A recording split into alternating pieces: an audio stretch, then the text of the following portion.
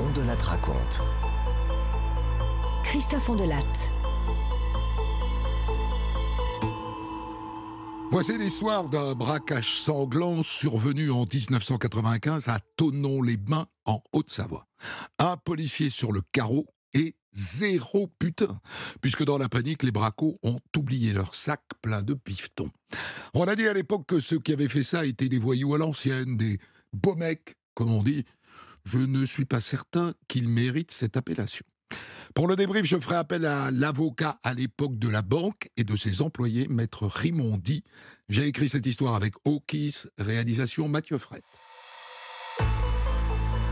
Europe 1, Christophe Ondelatte. Au cas où l'idée saugrenue vous venait un jour d'attaquer une banque, n'oubliez jamais qu'à l'intérieur, il y a des caméras et des micros. Le tout relié en général à un PC de sécurité. Ça veut dire que quand vous entrez dans la banque, haut les mains, peau de lapin, vous avez intérêt à repartir dardard. Parce qu'à l'autre bout, on vous voit et on vous écoute.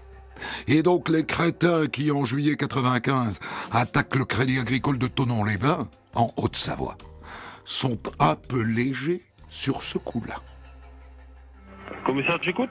Oui, bonjour, c'est le service sécurité du Crédit Agricole. Oui. Ce qui se passe, on a un braquage en cours, donc on en est certain.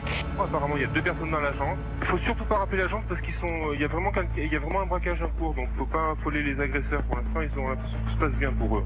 Apparemment, ils ont peut-être quelqu'un à l'extérieur qui visualise tout ça. Ouais. Mais ils sont 2 personnes a priori dans l'agence. Ouais. Ils ont l'air très calmes. Ça a l'air d'être des professionnels quand même. D'accord. Ils sont très calmes.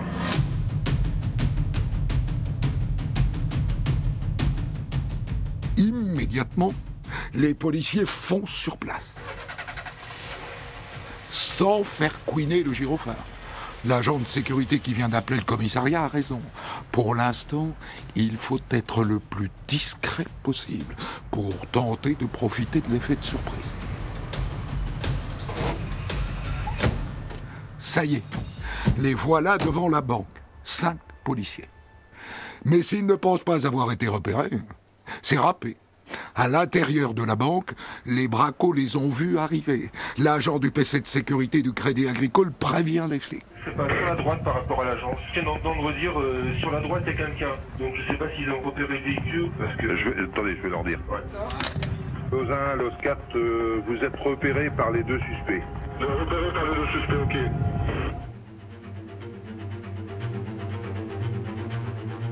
À l'intérieur de la banque, les braqueurs ont compris qu'ils étaient cernés. À partir de maintenant, ça sent le pâté. À l'intérieur, ils commencent à paniquer. Et soudain, on vient de tirer dans la banque. Au PC de sécurité, le type entend les employés qui crient. L'un des policiers riposte. Réponse immédiate des braqueurs. Réponse des flics dans la foulée. L'un des policiers est touché. Et puis un deuxième. À ce moment-là, les bracos tirent dans la vitrine de la banque. Ils bondissent à l'extérieur, cagoulés, armes au poing. Et ils se barrent. Ils sautent dans une voiture et... Hasta la vista, amigo.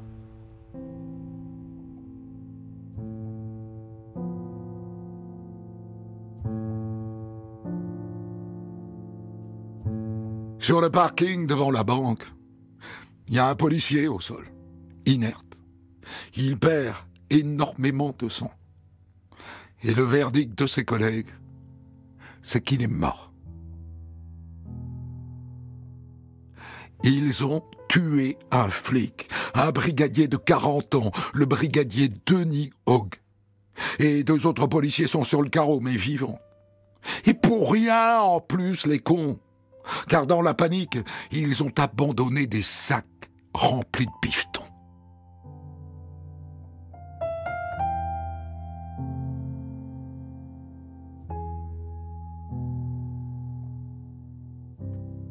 Dans la banque, au moment du braquage, elles étaient 8 femmes, 6 employés et 2 clients. Quand les policiers pénètrent à l'intérieur, elles sont dans un état de stress absolu. Il faut réaliser que pendant que les braqueurs tiraient, ils les tenaient par le bras. Pendant toute la fusillade, elles ont été des boucliers humains.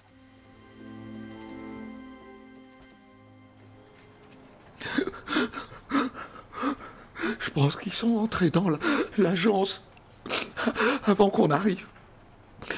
Par la fenêtre des toilettes, je pense. Ils ont dû scier les barreaux. Et à quoi ils ressemblaient, ces hommes, madame? Vous pouvez me les décrire? Normal. Ni grand, ni petit. Normal, je ne peux pas vous dire plus, puisqu'ils avaient des cagoules. Mais je pense qu'ils étaient jeunes. Ce braquage est une tragédie absolue. Et maintenant, il faut les retrouver.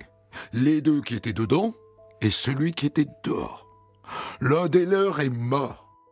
Les policiers sont motivés. Vous n'avez pas idée.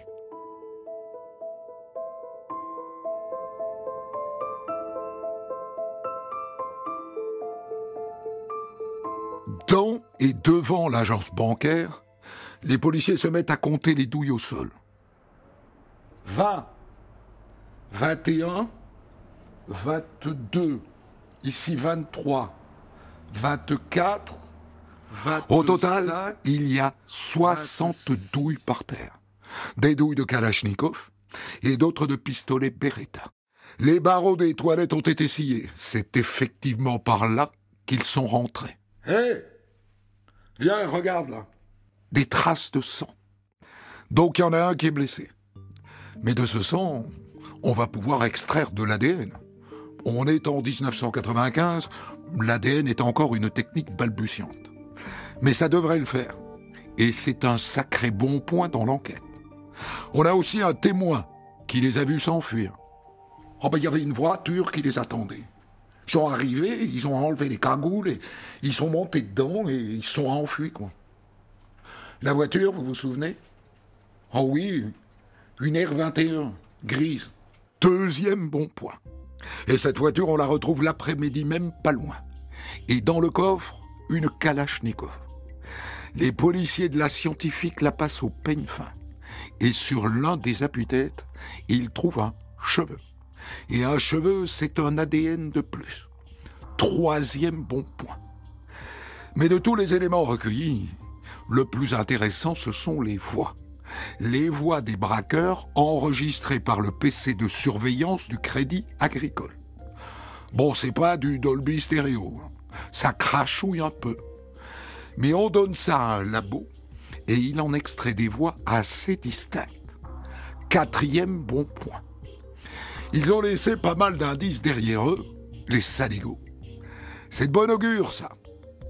Au moins, si on a des suspects, on pourra toujours comparer leur ADN ou leur voix. Mais pour l'instant, des suspects, les flics n'en ont pas. Alors ils grattent de tous les côtés.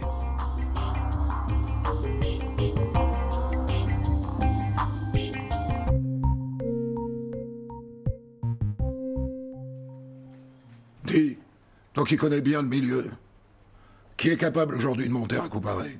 C'est pas des amateurs. Ils ont préparé leur coup, ils ont scié les barreaux des chiottes, ils avaient des armes, ils ont volé une bagnole pour s'enfuir. C'est des pros, ces gars-là. Tu vois pas qui sont les gars qui seraient capables de faire ça?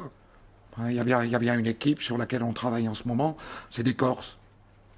Ça leur ressemble. Faut voir. Faut voir, mais non. Un, ils ont un alibi, et deux, leur ADN ne colle pas. Ben sinon, il y a Bellivet. Bellivet, c'est un gars qui est capable de monter sur un coup comme ça. Alors, va pour Bellivet. Les policiers vont le cueillir, ils l'installent dans leur burlingue, et là, badaboum, le type se fait la malle par la fenêtre. Il faut des mois pour le retrouver. Mais son ADN ne colle pas non plus. Et là, les policiers de la PJ n'ont plus aucune piste.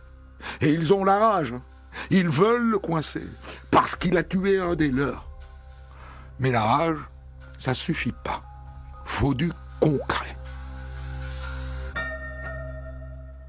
Bon, vous allez me secouer tous les tontons que vous avez dans le milieu. Tous, d'accord?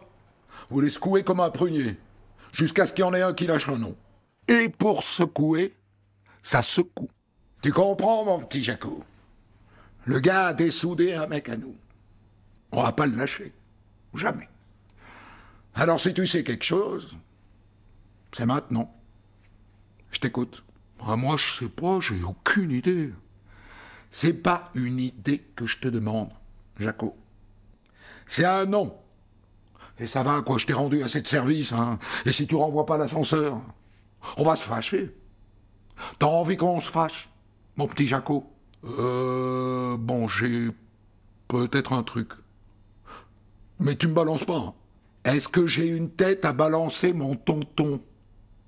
Je t'écoute, Jaco. Bah, c'est possible que c'est Jésus qui a fait ça.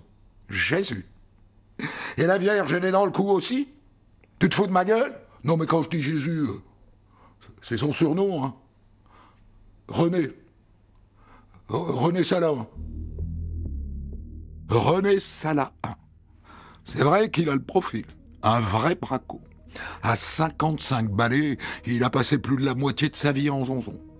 Jusqu'ici, il n'a jamais dézingué personne. Mais il y a un début à tout.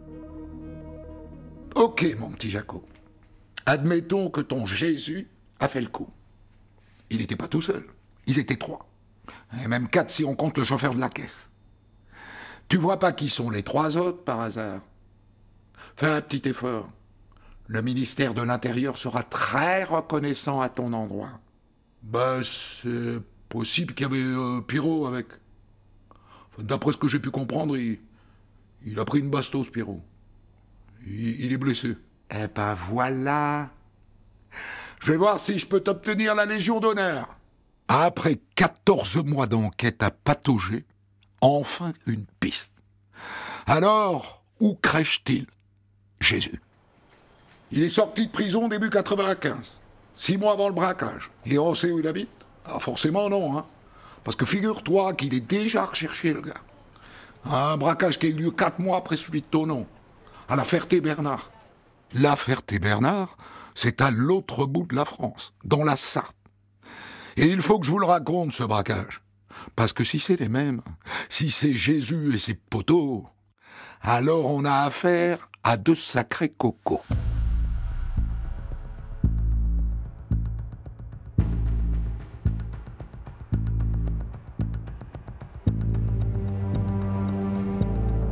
Ça se passe un soir de novembre, 4 mois donc après le braquage de Thonon.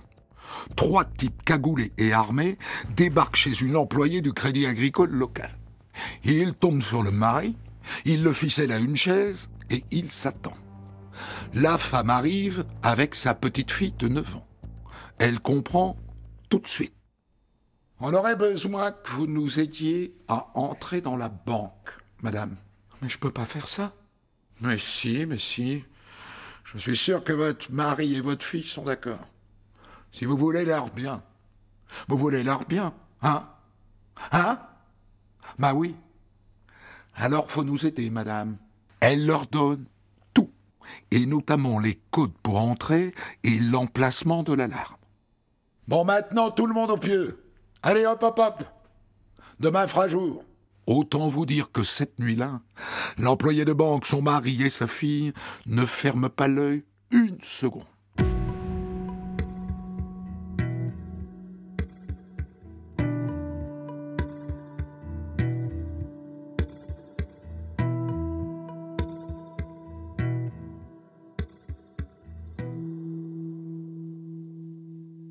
Le lendemain matin, debout de bonne heure. Vous voulez un café? Vous devriez, la journée va être longue, hein. Et la surprise, ils ont changé de tenue. Ils ont enlevé leurs cagoules, enfilé des perruques, et ils se sont maquillés. Bon, allez, c'est parti, on y va. On y va tous? Mon mari et ma fille aussi? D'après vous, chérie?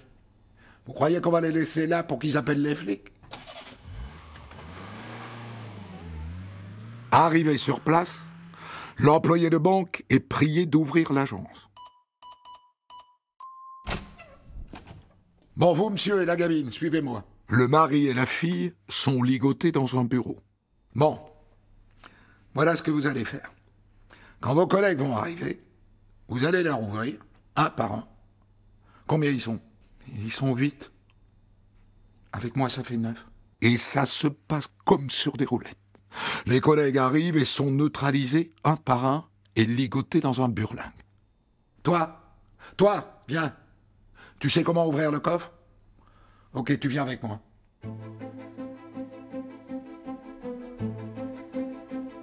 Et l'employé va ouvrir le coffre. Sauf qu'elle a été formée à ce genre de mésaventure. Et volontairement, elle zappe une étape dans le processus d'ouverture du coffre, ce qui déclenche une alarme silencieuse. Le PC de sécurité de la banque sait désormais qu'un braquage est en cours. 2 gendarmes débarquent, façon Cruchot, à pied. Ils tombent sur un employé de la banque qui voudrait rentrer mais qui n'y arrive pas. « Dites, monsieur, il y a une autre porte pour entrer ?» Si. Il y a l'entrée du personnel, suivez-moi là, c'est sur le côté. Le gars ouvre la porte, les gendarmes pénètrent dans l'agence. Panique, ils ressortent. On est au Crédit Agricole. Il y a un braquage en cours, hein. Oui, ils nous ont tiré dessus. Faut du renfort, bien reçu. À ce moment-là, à l'intérieur de la banque, l'un des gars se met à gueuler. Tentez rien! On a des otages! Et là, pan, les types se mettent à arroser le parking. L'un des gendarmes est blessé. Là-dessus, les braqueurs sortent par une fenêtre à l'étage, ils se laissent glisser le long d'une gouttière, ils piquent la bagnole d'un livreur et ils se font la malle. Butin, 160 000 francs, 36 000 euros d'aujourd'hui.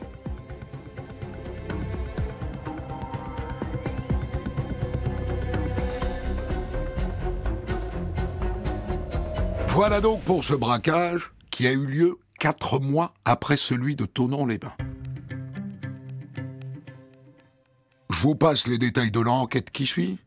Les gendarmes parviennent à remonter jusqu'à un certain Tony, un braco, un vrai, un rouquin, qui correspond assez bien à la description faite par les employés de la banque. Et en planquant devant chez ce Tony, ils identifient un de ses copains, Pascal, lui aussi fiché au grand banditisme. Placé en garde à vue, tous les deux nient avoir participé au braquage du Crédit Agricole de la Ferté-Bernard. En revanche, le Pascal croit savoir qui a fait le coup. Ben, je le sais. La veille, ils ont pioncé chez moi. Très bien. Leur nom? Ben, y a un type qui s'appelle Jésus. Et puis un gars qu'on appelle le Gros. Je crois qu'il s'appelle Jeff, en vrai. Et voilà comment Jésus, alias René Salin, entre dans la valse. Il aurait donc participé à 2 braquages à 4 mois d'intervalle. Thonon-les-Bains en juillet et La Ferté-Bernard en novembre. Dans le premier, lui et ses copains ont tué un flic. Dans le second, ils ont blessé un gendarme. Il ne faut pas qu'il y ait de troisième. Ces gars-là sont partis dans une spirale qui ne sent pas bon. Ils n'ont plus rien à perdre. S'il le faut, ils tueront à nouveau.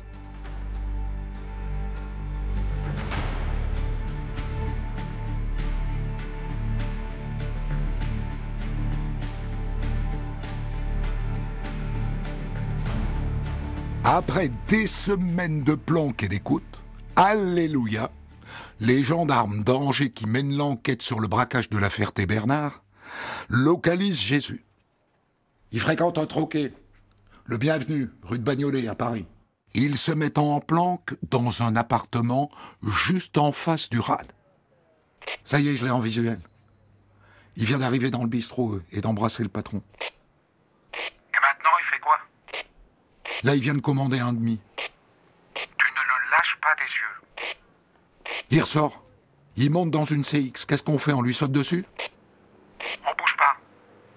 Il reviendra. Il revient en effet. Et un soir, les gendarmes font une descente dans le troquet. Personne ne bouge. Et ils arrêtent tout le monde, dont Jésus, qui se retrouve en garde à vue.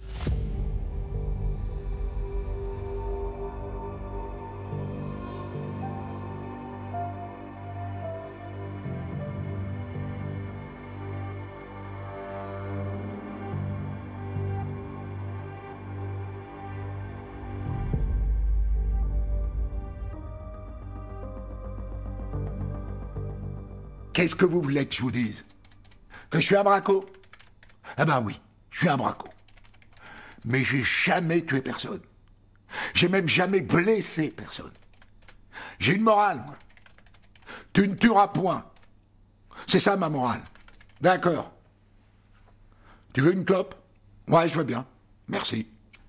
Le braquage de la Ferté-Bernard. C'était toi? La Ferté-Bernard? Mais qu'est-ce que je serais allé faire là-bas? Tiens, voilà le cendrier. Et là, Jésus écrase sa clope dans le cendrier. Et il comprend assez vite qu'il est coincé. Parce que dans le braquage de la Ferté-Bernard, les gendarmes ont retrouvé des mégots dans la voiture qu'ils ont empruntée pour s'enfuir. Et sur ces mégots, il y avait de l'ADN. Et donc avec le mégot qui est maintenant dans le sandar, ils vont pouvoir comparer.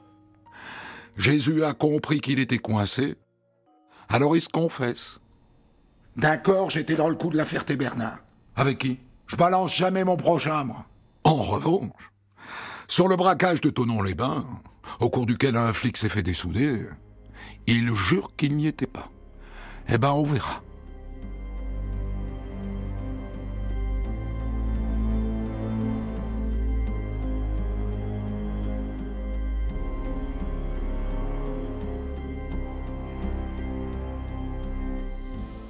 Vous vous souvenez que le tonton, le Judas qui a balancé Jésus après le braquage sanglant de Thonon, a donné le nom de l'un de ses apôtres, ou plutôt un surnom, Pierrot. Les flics de Haute-Savoie pensent l'avoir identifié. Bon, Pierre Palatin, ils sont connus à la centrale de Poissy. C'est pas le même niveau que Salin, mais c'est pas un ange non plus. Le gars a pris 100 ans de prison en Thaïlande pour trafic de dope. Après, il a eu de la chance, il a réussi à se faire rapatrier en France et on lui a fait cadeau d'une conditionnelle. Alors, c'est pas sûr à 100% que le Pierrot, c'est lui, mais si tu veux mon avis, ça se tente. On sait où il crèche? Ce Pierre Palatin? Non, mais il a des parents à Saujon, à côté de Royan. On peut toujours les placer sur écoute. Et c'est comme ça que les gendarmes découvrent que Pierrot Palatin s'est installé à Olao, au sud du Portugal. Et comme maintenant ils ont un échantillon de sa voix, ils décident de la comparer avec l'enregistrement du braquage de Thonon-les-Bains. Bon, j'ai procédé aux comparaisons que vous m'avez demandées. Il n'y a aucun doute. Le timbre de la voix, le débit, l'articulation, les manies de langage, c'est bien le même homme. Bingo! Palatin était du braquage de Thonon. Il est arrêté un jour où il rend visite à ses parents près de Royan. En juillet l'année dernière, vous dites? C'est impossible. J'étais avec René Salin, au Portugal. Intéressant. Il se couvre et il couvre son copain au passage, alors que les gendarmes ne lui avaient rien demandé. Les policiers se tournent alors vers Jésus. Ton copain, là, Pierrot Palatin. Il dit qu'en juillet de l'année dernière, vous étiez tous les deux au Portugal. Tu confirmes? C'est vrai qu'on est allé au Portugal avec Pierrot. Mais avant ça, on était à Saujon, chez ses parents. Ah bon? Et vous avez fait quoi là-bas? Mais on a passé du bon temps, quoi. On est allé jouer au casino, si vous voulez savoir. Les policiers contactent immédiatement le casino de Royan. Pierre Palatin, vous dites? Et René Salin? Un instant, je vérifie. Oui, leur nom est sur le registre. Ils ont joué chez nous dans la nuit du 15 juillet. Ils sont revenus le lendemain 16 juillet. Et, attendez... ils sont revenus aussi 15 jours plus tard, dans la nuit du 30 au 31 juillet. Précisément à 3h30 du matin. Hé hé! Le braquage de Thonon-les-Bains a eu lieu le 29 juillet.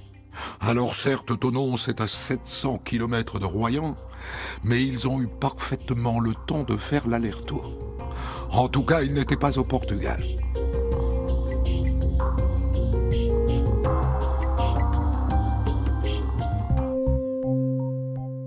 Bon, il faut identifier leurs complices, puisqu'à Thonon, ils étaient 4. Et là, les flics bénéficient d'un petit coup de pouce de leurs collègues de Lyon. Dis-moi, on bosse sur un vol armé qui a été commis à Villeurbanne, là. Et dans une voiture qui a été utilisée par les braqueurs, on a trouvé une cagoule. Alors le labo a réussi à en extraire 2 ADN, et je voulais te prévenir, l'un des ADN est celui d'un gars sur lequel tu travailles en ce moment. Pierre Palatin. D'accord. D'accord, très intéressant. Et le deuxième ADN, ça peut nous intéresser aussi? C'est un gars qui s'appelle Nenad Zambas. Bon, il est fiché, hein. C'est un gars qui vend des armes dans le milieu lyonnais. Le susdit Nenad Zambas est interpellé. Étonnant, vous dites? Oh, j'y étais pas, non? Ah non, je vous jure. Moi, je fournis des armes. Hein, c'est tout, hein. Chacun son truc, hein. Les braquages, tout ça, je fais pas. On a retrouvé un cheveu à toit avec un cheveu de Palatin dans une cagoule qui a servi au braquage de Villeurbanne. Un cheveu? Ah, mais c'est une cagoule, j'ai dû l'essayer avant de la fourguer. C'est possible, ça. Vous voyez? Moi. Sauf que tu vends pas de voiture, que je sache. Non, pourquoi? Eh bien, parce qu'on a retrouvé un autre de tes cheveux dans la Renault 21 des braqueurs de Thonon. Il est coincé. Et il reconnaît qu'il a vendu des armes et des gilets pare-balles à Palatin. Mais pas plus. Il maintient qu'il n'était pas du braquage. Et sa voix ne colle pas avec les enregistrements. Et le sang retrouvé dans la banque, non plus. Voilà à peu près le scénario auquel arrivent les policiers à la fin de leur enquête. Palatin et un autre, non identifié, est entré dans la banque par la lucarne des toilettes. René Salin, lui, armé d'une Kalachnikov, est resté posté à l'extérieur. C'est lui qui a prévenu les 2 autres de l'arrivée des policiers et c'est lui qui leur a tiré dessus pour couvrir leur fuite. Avant d'aller assister à leur procès au pluriel, un par braquage, il faut que je vous dise que les avocats qui vont défendre Salin, Palatin et Zambas ne manquent pas d'arguments pour disculper leurs clients. Je dis que Palatin n'a pas pu entrer dans la banque par le vasistas des toilettes. C'est techniquement impossible. La fenêtre fait 43 cm par 25 cm. Il est beaucoup trop gros. Il ne passe pas. Et de fait, il est dodu comme un chapeau. Autre argument de l'avocat de Palatin. Nous avons demandé une contre-expertise de l'enregistrement réalisé par la société de surveillance de la banque. Eh bien, les conclusions est que le document est de trop mauvaise qualité pour y reconnaître la voix de qui que ce soit. Et puis le sang retrouvé devant la banque n'appartient ni à Salin, ni à Palatin, ni à Zambas. Et aucun ne ressemble à la description faite par les employés de la banque. Ils ont parlé de jeunes. Or, Salin et Palatin ont passé la 50aine. Allez savoir si avec tout ça, ils ne vont pas s'en sortir.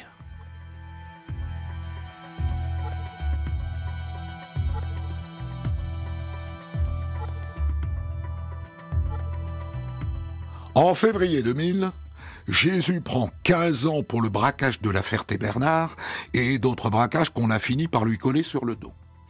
Mais le procès le plus important, c'est évidemment celui du braquage de Thonon, puisqu'il a laissé un flic sur le carreau et 2 autres à l'hôpital. On parle de meurtre et de tentative de meurtre dans ce dossier. Le procès s'ouvre en 2001 à Annecy. Les avocats vont-ils parvenir à semer le doute? Il marque 1 point quand l'expert en comparaison vocale vient à la barre. Je veux bien reconnaître que l'expertise vocale est très loin d'être une science exacte.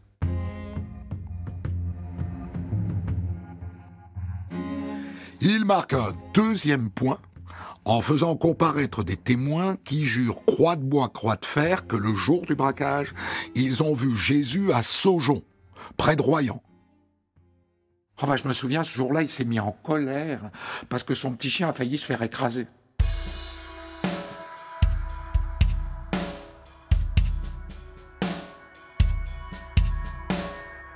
Ça sent le pipotage à plein nez. Et ça ne convainc pas du tout les jurés. Il condamne René Salahin à la réclusion criminelle à perpétuité. Pierre Palatin écope de 20 ans et Nenad Zambas de 15. Et ils font appel pour rien, puisqu'ils écopent des mêmes peines. Jésus n'est pas prêt de revenir parmi les siens. Pour commenter son histoire du jour, Christophe Ondelat reçoit un invité, acteur direct de son récit. Je vous ai raconté l'enquête sur le cas 11995 à Thonon-les-Bains, en Haute-Savoie, d'une agence du Crédit Agricole, casse au cours duquel un policier, le brigadier Denis Hogg, a été tué. Casse pour lequel 3 braqueurs ont été condamnés, René Salahin, dit Jésus, Pierre Palatin, dit Pierrot, et Nenad Zambas.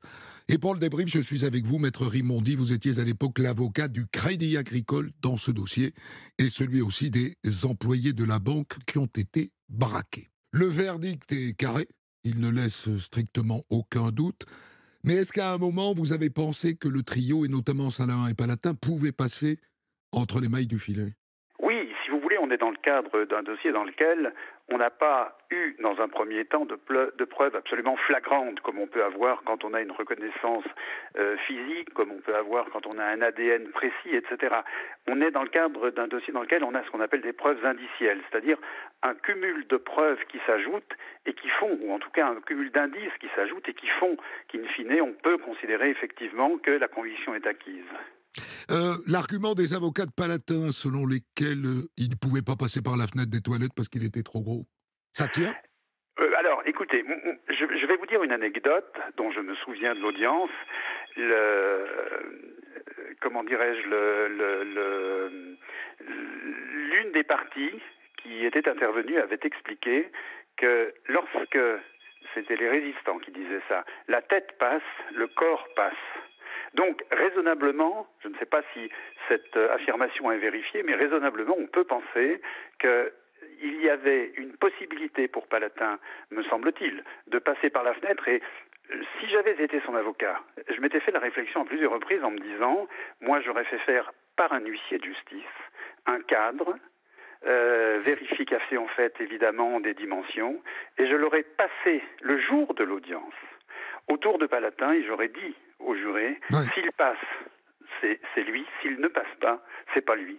Et c'est dommage et c'est tout à fait regrettable pour M. Palatin, s'il soutient encore aujourd'hui, malgré tous les éléments qui constituent bien sûr les éléments de preuve à mes yeux, que cette démonstration n'ait pas été tentée. Alors il y a l'histoire aussi de la comparaison des voix. Premier expert formel, c'est Palatin. Deuxième qui dit, l'enregistrement est pas très bon, c'est une science inexacte, on peut rien dire. Alors, ce qui est sûr, c'est que si on avait eu comme seul élément de preuve cette expertise vocale, j'aurais pour ma part considéré qu'elle était largement insuffisante pour établir un élément de preuve définitif. Mais c'est là encore un des éléments qui s'ajoutent aux autres. N'oublions pas que l'expert a dit pour un certain nombre d'autres personnes qui avaient été, dont la voix avait été préalablement analysée, c'est pas celle-ci, c'est pas celle-ci, c'est pas celle-ci. Or, pour M. Palatin, après un examen très attentif avec les moyens que l'on avait à l'époque pour faire ce genre d'expertise, a pu affirmer que c'était la voix de Palatin. Pourquoi? Parce que, comme vous l'avez dit d'ailleurs, elle a analysé le débit, elle a analysé les tics oratoires, elle a analysé le timbre, etc. Après avoir évacué tous les bruits parasites qu'il y avait autour de l'enregistrement, elle a pu isoler la voix dont elle recherchait le propriétaire, j'allais dire, et on a effectivement pu considérer que c'était bien la voix de Palatin. Là encore, c'est pas une preuve unique en soi, mais c'est une preuve supplémentaire qui s'ajoute à toutes les autres. Et la preuve est que ça n'est qu'une histoire d'addition de preuves, c'est qu'ils ont été condamnés sans aucune ambiguïté. Oui, sachant qu'il y avait beaucoup d'autres éléments. Moi, je me souviens, parce que cette affaire est ancienne, mais je me souviens d'un des éléments qui avait, pour moi, forgé ma conviction. Lorsque M. Zambas a été entendu, il avait déclaré que, effectivement, c'est lui qui avait fourni à Palatin une Kalachnikov, une CZ, etc., etc. Donc on sait que ce sont les armes qui ont été utilisées, y compris d'ailleurs le gilet pare-balles. Et il avait rajouté, et il était venu voir avec la Renault 21, donc la fameuse Renault 21, qui a été retrouvée après, qui a permis de remonter aux auteurs. Et cet élément, cette déclaration, il n'a pas pu l'inventer. Donc, Pour qu'il parle de cette Renault 21, c'est bien qu'il y avait des éléments suffisants. Pourquoi est-ce qu'ils n'avouent pas, à votre avis? Parce qu'on dit que ce sont des hommes d'honneur. Ils ont commis, ils se sont fait prendre. Certains milieux dans lesquels on n'avoue jamais. Et je vais vous donner, je vais vous rafraîchir juste une petite chose. Lorsque le braquage de la Ferté-Bernard avait été commis, s'il vous souvient, l'auteur principal, Salin, avait nié. Jusqu'à ce que l'on retrouve des mégots qui avaient pu être analysés et qu'il avait confondus. Et là, il avait fini par reconnaître. Donc pas de preuve, pas d'aveu. Ce qui veut dire que tant qu'il n'y a pas d'éléments qui, à leurs yeux, sont absolument probants, ils contestent. Et évidemment, ils finissent par avouer uniquement lorsqu'il y a quelque chose qui les confond d'une manière absolument... Absolue, totale.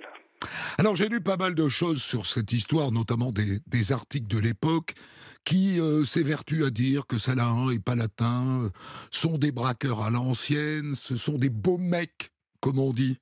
Oui, vous savez, cette image du braqueur à l'ancienne avec des codes, avec bon, tout ça est un peu surfait.